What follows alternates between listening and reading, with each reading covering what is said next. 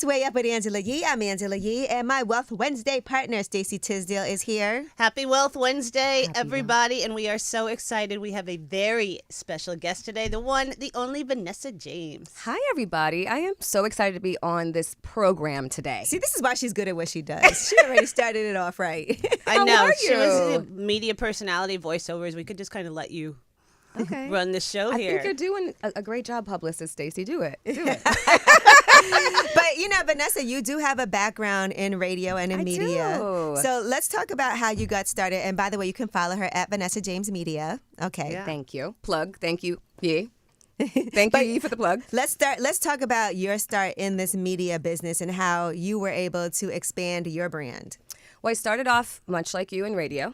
And radio for me started off in Tallahassee, where I met Doc Winter, we know very well, and transitioned down to South Florida. And that's where I got my first programming / so on the air as well as music director. I'm Trini, so multiple jobs. You know that's right. All the jobs. And you were born in Trinidad. Born in Yeah. Trinidad. So you know I'm serious about all the jobs, and then transitioned to being on the air. So it was great back then to just kind of figure out, okay, well, do I like programming more or, being on the air more, doing promotions more? And I realized I kind of like it all, but you have to pick in radio, in order to be really great, you do have to pick a lane. Right. So, Do you want to be a personality Yes. or do you want to be a Be programmer? behind the scenes. exactly. So I picked programmer to start, personality, and that really transitioned me into events and that whole space. I love that in radio, especially if you are versatile, you do get to play in lots of different spaces and see what you like, and that's what I did.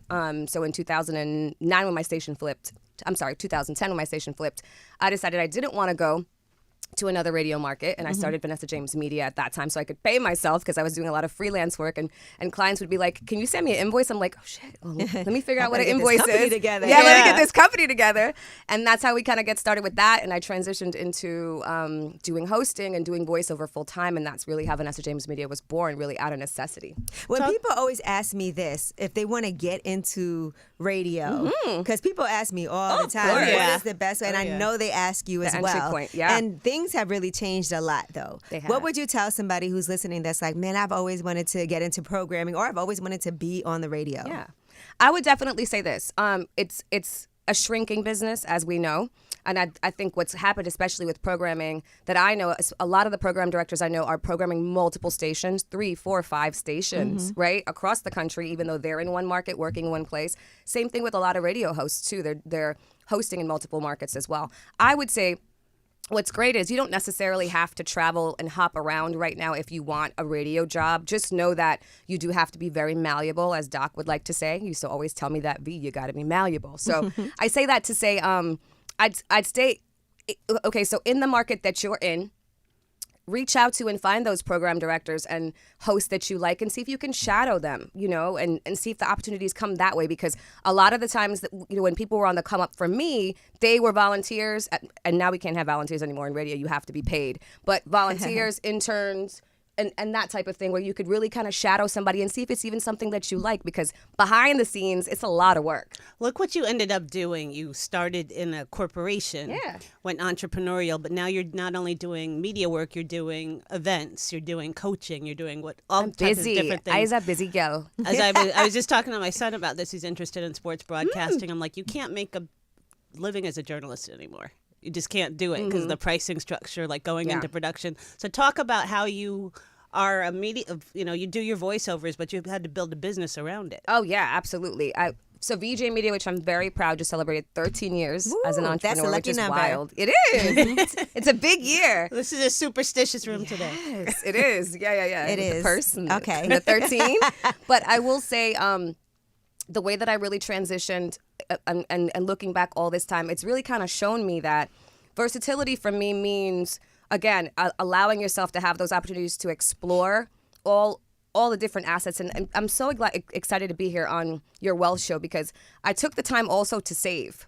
Okay. And so because I saved money along the way, I didn't just spend the money on all the Gucci bags and all that stuff. I got a chance to be very versatile. Okay, I need you in New York. Okay, cool. I'm going to fly up. I voiced KTU here in New York. If I needed to come up and see my, PD, I'd come up, and it was a quick thing for me because I had savings to be able to have that versatility and flexibility to try things and decide, okay, here's the journey I want to take with my business. And I had that flexibility because I had a little bit of money saved to have that cushion to be able to be free and clear and try things and see how they flowed. Sometimes you got to fly yourself to get things done. You can't do 6K to South Africa on your own Amex, Yee. Well, in all fairness, I was getting paid for that. To go to a job. Yes, you were. And you have to know what it is that you want to spend your money on. Absolutely. Also, because for some people, I'll stay. Some people might be like, I don't care. I'll stay at whatever hotel. But okay, I need to make sure, if anything, my hotel's got to be nice. Yes. Good restaurant. Yes. Clean, safe. Yes. Especially traveling alone as a woman. Those are things that are very important. Yeah. Talk a little bit more about that, the entrepreneurial side and that saving side and kind of that financial foundation. A lot of people don't. I would love to talk about money with you. Let's that. talk about money, shall we? No, so for me, look, entrepreneurial life is not easy. It is gonna get you some bags, so you're gonna need to have some good skincare. And some sacrifice. And some sacrifice, and a lot of sacrifice, and a lot of gumption, because you are taking a risk on yourself. But I think, what better person to take a risk on than me? Mm-hmm. And so for me, I really use this as an opportunity to kind of, play in a lot of different fields and see what is it that I want to do and what do I want my legacy and journey to be about. And so and that becomes something that you become really passionate about and constantly trying new things. Like right now, I'm in my event season flow. So VJ Media, is definitely becoming a hub. It's not just necessarily voiceover, on-camera work, hosting. It's also throwing events and celebrating other women. Mm-hmm. It's also celebrating my Caribbean community with my event Food, Wine, and Fete. It's having my Trini hand in lots of different buckets. Them Trini hands yes, don't them play. Trini hands don't play. So, but yeah, and so I think that, again, because I have that flexibility as an entrepreneur, I'm able to kind of try and say, hey, here are the things I love and I want to continue to pursue, but here are the things I don't really care about doing. And so, as that relates to radio, it's programming that I realize, because there's a lot of sometimes ties and holds on you, especially corporate radio. As much as I loved it, and that's where I really earned my stripes, I did realize that I seasoned out of that in terms of the shackles, let's say, that sometimes it has on you in terms of how much flexibility you have. Like, I would always want to put soca artists on the air because I'm like, I want to make sure and celebrate my people. I feel you. Yes, and dance hall artists and stuff like that, especially in a market like Miami. And so we'd have that 2 little pocket hour on Sundays. And that was it. Time. And meanwhile, it's like 50% of the market is from the Caribbean. Right. So, it's so interesting that you say that, because part of why I was like, I really wanted my own show was to be able to have the ability to say, this is who I want to have on. Yeah. But then you do also have to think what people are responding well to. So absolutely. it is a It's a balance. business. Yeah, and it's a business. I want to discuss how you decided it was time for you to actually start your own business, because that's scary for some people, having the security and safety of a paycheck and then realizing, okay, now I'm going to step out on my own. When did you realize it was time? Well, time was forced upon me when my station flipped, right? So 2010, June, I remember exactly when it was. It flipped, actually May. And at that time, I had the choice because I had great relationships in the industry that I still have. And so I got calls like, hey, VJ, we got you in Chicago. Are you interested in coming to New York? Are you with G-Spin? Yeah. Are you interested in coming to San Francisco? And at that time, I had a choice. And for me, I'm very rooted in my roots, right? And so for me, South Florida just felt like a natural fit, and it was a hop and a skip from the Caribbean. So if I wanted to take a quick trip to Trinidad or the Cayman Islands or Jamaica, I could do that. But I love that I had created so much community there. And so it didn't feel like work in terms of building things in South Florida, because it was very much like building things with your people. And that's when I realized, you know what? It was just time to kind of step out and have faith on me and not go take that secure radio job, which was the same amount of money, but it was a lateral move. And I'm like, San Francisco is like $3,500 a month for rent. It's going to cost you a lot. It's going to cost me a lot to move there. And I had no roots there. And so I would just tell people who are starting in business, where are your roots firmly planted? That's where you should spring from. That's great advice. Do you know what I'm saying? We have it's really easy to keep starting over and over and over. But at the end of the day, where do you feel like you're your most comfortable self, and you have a community of people that you can call and reach on and say, hey, I'm launching this, and they're quick and willing to support you because they know you and you've spent time building with them. And that's very important. So Miami is that place for me. It feels like home. As much as, people try to pull me to different places, I realize that it's funny because I'll travel everywhere. the most fabulous places. And as soon as I see that Port of Miami, you like, I'm home, baby. you know. Yeah. When you feel it, you know. Oh, that's awesome. So through all of this, one of your many businesses that sprung up is coaching women entrepreneurs. How did you get so passionate about that? I mean, I think coming from a rooted Caribbean household that's very multifaceted. My mom's Indian, my dad's African and Venezuelan, and having so many aunties and different people around me, celebrating womanhood and celebrating togetherness is really kind of who I am. It's not something I have to force. It's not something I have to try to be. And so with my business, I knew that I always wanted to make sure and celebrate other women. And I always make sure and take a look and see how is it. See, here's the thing about celebrating other people. If it comes naturally to you, it doesn't feel like work. Right. And so and I realized VJ Media, I can't do it alone, nor do I want to. So I created events like VJ Media Mixology and VJ Media's Women of Impact Dinner every year in South Florida, which you should definitely come to. And I want to talk to you about food, wine, and fat too, because you should be there for that. I should be there. You should be there for that, yeah. Really just giving a chance to celebrate other women. And what I've realized in the last 10 years is celebrating other women really means growing your network, growing your community. When you start to celebrate other people and you're joyous about it, things just flow to you. And you're constantly having to go, hey, wait a minute. This is fantastic. Oh, you know what? It's not a good fit for me, but I would love to introduce you to Stacy. I would love to introduce you to Angela. So that's, again, I started to do it and love it. And now events, it's time again for VJ Media post-pandemic to start doing these events again. And our first one's coming up this May. And it's a celebration of Caribbean women, Caribbean community, all we the like things. it already. In Miami. We're there. When you coach women, female entrepreneurs, what are some of the things that you're like, oh, this again? Like, what do you think are some of the things that keep coming up? Things that repetitively come up. Definitely the business part of things, like making sure they have their business and their money in order and making sure that things are trademarked, making sure that they have their, it's not just about, okay, so hey, VJ, I want to start a business. It's about, okay, great. I'm so excited for you. Let's talk about this blueprint of your business. What does it look like? What does it feel like? What do you want your business to feel like to the world, right? It's very important for things to feel good. Once you get past that blueprint, now let's firm things up, sis. Okay, let's make sure you have it LLC'd or S Corp or incorporated based on your style of business. Let's make sure you have a little bit of funding, and if you don't, let's see where you can get some grants locally to help you springboard, right? Let's look at the other women in your community and other people in your community that you can lean on for graphics or, production or your website, because you can't do it all alone. No. Right? So it's really about how you create that network so that you can spring forward, because so often, especially for me, when I first started, I was everything. I was the webmaster. I was doing the content. I was the graphic designer, doing the voiceovers all day, throwing the events. That was a good thing. No, it's not a good thing. No. You wear yourself out, and also you wear your creativity out when you do it and approach it that way. Now, Vanessa, you also, by the way, talk a lot about networking, and that's been really instrumental to you being able to start your own business. Even before you were starting your business, you had great relationships with people, with clients.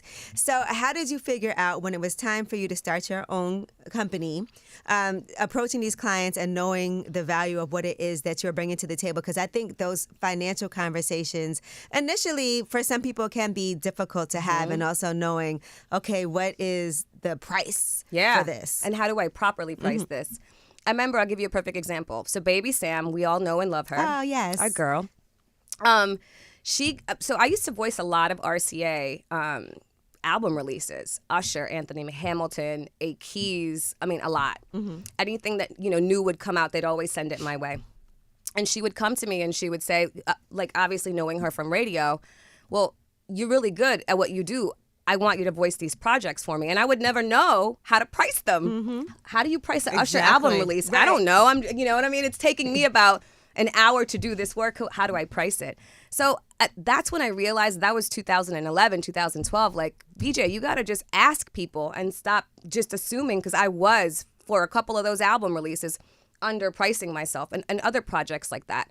I think when you don't know, it's okay to say, hey, I don't know, and reach out to different people in your community. At that time, Juliette Jones and a couple of VJ, here's what you should be charging. Do you know what I'm saying? Right. So here's where this particular spot is going to run in all these markets, in television, radio, and this is what the cost is as a business person that you should be charging for this. So when you don't know, especially when it comes to pricing, especially as women, reach out to other people.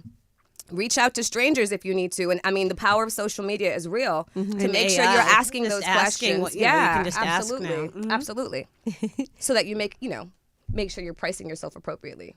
So what is next for you? You have these events, you have everything. Wait, but back up. One thing I want to unpack that you mentioned. Unpack it, Stacey. Let's unpack it. You mentioned local grants. Yeah. And that's something so few people think about. Talk about that. Preach about it. Preach about it. Okay, so local grants are so important, especially women-owned businesses that are listening to the sound of my voice. Whatever market you're in, here in New York, suburbs of New York, this is a global show as well. Think about all the different things that you do, and especially if you're just getting started in your business. There are companies that are looking to just give money away because it's a write-off for them, specifically in your city, in your in your area, and then also local businesses that fund and support other women in the form of grants. So what I would say to you to do is Google local grants for women in Miami and see what pops up and take a look at those. When I first was getting started, I had applied for 2. I got one. I think it was like $5,000, but I used that $5,000. And now the grant process is very laborious, so you have to be prepared to have all those documents to prove that you're woman-owned at least 50%, and that if you have employees or if it's just you, all those things. You have to make sure all your ducks are in a row. The blueprint I was talking about, make sure you have that all together first. But then you can apply, and you'd be surprised how many businesses and how many resources there are out there to help support other women. Yeah, sometimes people don't apply for some of these grants, or so few that it makes it a lot easier. Exactly. For you to, they're like, how come no one's applying for this grant? Especially if you qualify and you check all those boxes. It's very important. How has your business changed throughout the years? Because when you first started it back in, was it 2010? 2010, it's different than where you are now. So what are some things that you learned along the way? You talk about being malleable. Yes. So discuss that as far as Vanessa James Media and what you've learned you needed to add to your business, or maybe things that may have, timing wise, maybe this isn't as important as this for me. For sure. I needed to add a staff. I needed to add a team. First and foremost, I needed to add a publicist. I needed to add people that were creative, that could think about things different than I was thinking about them. Again, for me, VJ Media I say she's now, in her teenage phase, because she's 13. She's been through some things, some growing pains, but now she's like ready. She's got the mini blazer on. She's ready to rock. She's ready to roar. The thing that I've learned is that not only can I not do it alone, I don't want to. In order for me to grow and build, I remember for quite some time I would be like, oh my God, I gotta give this agent 10%. Now I'm like, take the 10%. Do your job. Do your job. Take the 10%, and I will gladly keep working. And because as I'm working, I'm polishing, I'm growing, I'm changing, I'm evolving as well. So to me, the number one thing that I can tell somebody, especially being in business for over a decade, is find a team, even if it's just 2 to 3 people that believe in you and that understand where you're going and can grow and flourish with you. And don't be afraid to pay people to help you, because time is the one thing and the one asset I don't have. Like literally, I'm planning a food festival. I'm in New York. While I fly she's back talking tonight. to you guys, she's planning a food festival. Literally. A food and wine festival. Yeah. But celebrating Caribbean chefs and artists and creatives. A fete. But I wouldn't be able to do that without a really good team and staff that I know has things covered while I'm not there, So that's what I mean. I'm going to ask you to give our audience free advice. Even Please. though I know you get I would love coached to. for this. What you basically have a business by creating content and using that content to build your brand. A lot of people have to build their brands on social media. Right. What are some tips that you have for people on the type of content they can be creating and using social media for that brand building, get client purpose? I think about what it is that, again, you're trying to put out in the world. Because at the end of the day, the content is leading people back to a place. Is it that you have a website of services that you're offering? Is it a product that you're offering? So that content is really just something that you're amplifying. You're amplifying yourself as a business. For me, it's me as a multimedia personality and VO actress first, right? And that's what you see when you go to my social, because that's what I want to promote.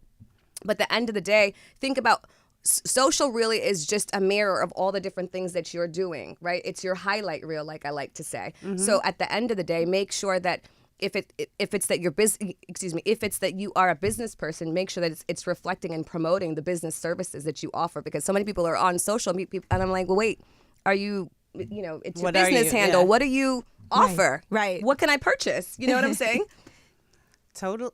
You got that, everybody? Yeah. That was free. People pay her for that kind of advice. Free tea. Free tea. Free and tea. How do you work and collaborate with some of these huge brands that you've had as your clients? So that's the one thing, that's probably the number one question that I get asked, because I do work with a lot of brands. I get asked all the time. I'm sure you do all the time as well, about brand collaborations.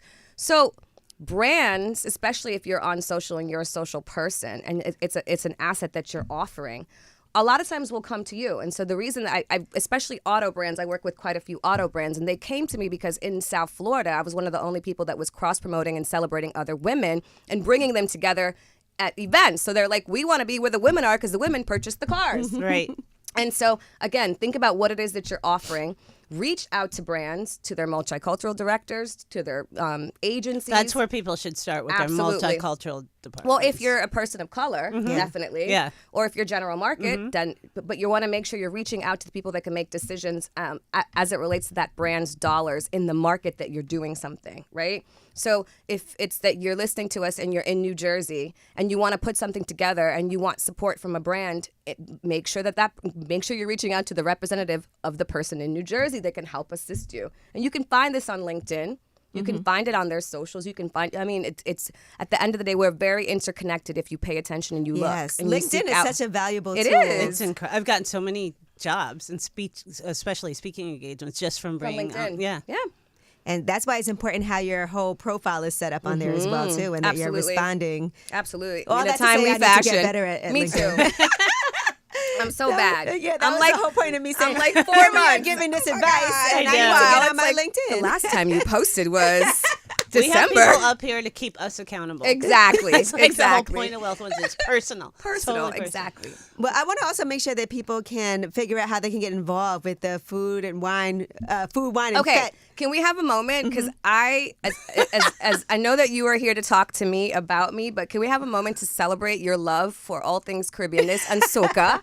And Kes, my boyfriend, my side man. He has a boo, I have a boo, but that is my whole side man, okay? No, so I mean, soca, and so we are doing an event, VJ Media Productions. I'm so excited about it. We did it in 2019. It was the first one. It was really just a test to see, like, as much as I love events and, is there a way I can kind of bring all the things I love about my Caribbean community together in South Florida and celebrate? So we did food, wine, and fet. We trademarked it. We coined it. We all those things.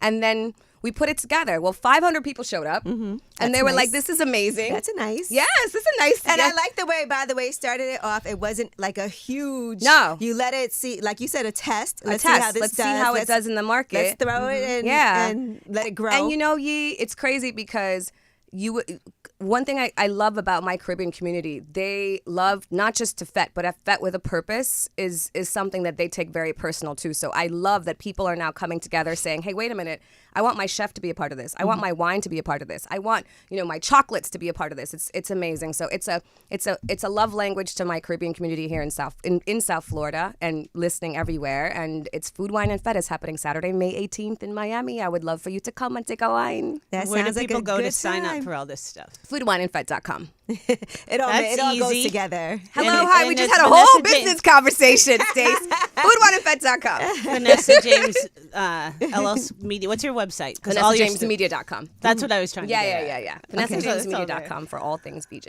Well, we are all things Vanessa. Thank you. We can't wait to come to all these festivals. Yes. Listen, Food, Wine, and Fet, that's right up my alley, I know. too. I'm trying to get Chef JJ there because I just saw you with him at the cookout. Yes, the Sobe Wine and Food Festival out there. Yes. And then I always do the one here in New York as well. But I have my Angela Yee Day, which is all celebrating Caribbean culture. I know. As well.